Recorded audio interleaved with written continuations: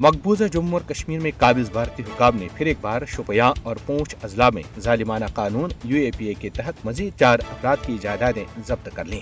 ان میں سے ضلع پونچھ کے کیرنی اور قصبہ علاقوں میں نجیب الدین، محمد لطیف اور محمد بشیر کی جائیدادیں، جبکہ ضلع شوپیاں کی رہائشی الیاس احمد ڈار کا 2 منزلہ رہائشی مکان بھی شامل ہیں۔ 5 اگست 2019 میں آرٹیکل 370 اور 35A کی منسوخی کے بعد سے مودی حکومت نے کشمیری عوام کی سینکڑوں جائیدادیں ضبط کی۔ مودی حکومت کبھی ایک تو کبھی دوسرے بہانے کشمیری عوام کو اپنے ہی وطن میں بے گھر اور انہیں جائیداد و املاک سے محروم کر رہی ہے۔ قابض بھارتی حکام کشمیری عوام کو تحریک آزادی کشمیر کے ساتھ وابستگی کی سزا دینے کے لیے ان کی جائیدادیں ضبط کر رہے ہیں۔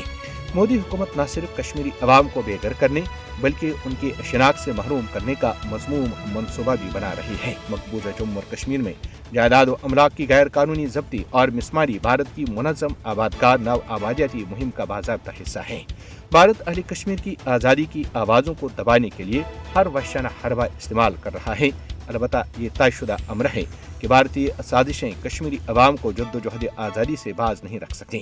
گو کہ اہل کشمیر کو اپنے ہی وطن میں بے اختیار بنانے کے اقدامات BJP حکومت کی وسیع تر حکمت عملی کا حصہ ہیں تاکہ کشمیری عوام کی معیشت اور جذبہ آزادی کو کمزور کیا جا سکے۔ لیکن مودی اور اس کے حواریوں کو معلوم ہونا چاہیے کہ جدوجہد آزادی میں مصروف عمل کشمیری عوام کے خلاف ان کے ظالمانہ حربے ناکامی سے دوچار اور الٹا انہی کے گلے پڑ جائیں گے۔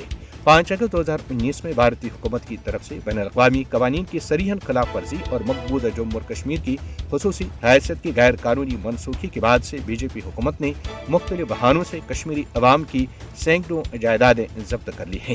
اس صفا کانہ مہم کا مقصد کشمیری عوام کو معاشی طور پر غیر مستحکم کرنا اور ان کی پشتنی زمینوں پر غیر کشمیریوں کو آباد کر کے خطے میں آبادی کا تناسب تبدیل کرنا ہے۔ لہٰذا دنیا کو اب خواب غفلت سے بیدار ہو کر مقبوضہ جموں اور کشمیر میں مودی حکومت کے ظالمانہ اقدامات کا نوٹس لینے کے لیے آگے آنا چاہیے، کیونکہ بھارت بھی مقبوضہ جموں اور کشمیر کو دوسرا فلسطین بنانے کی راہ پر گامزن ہے۔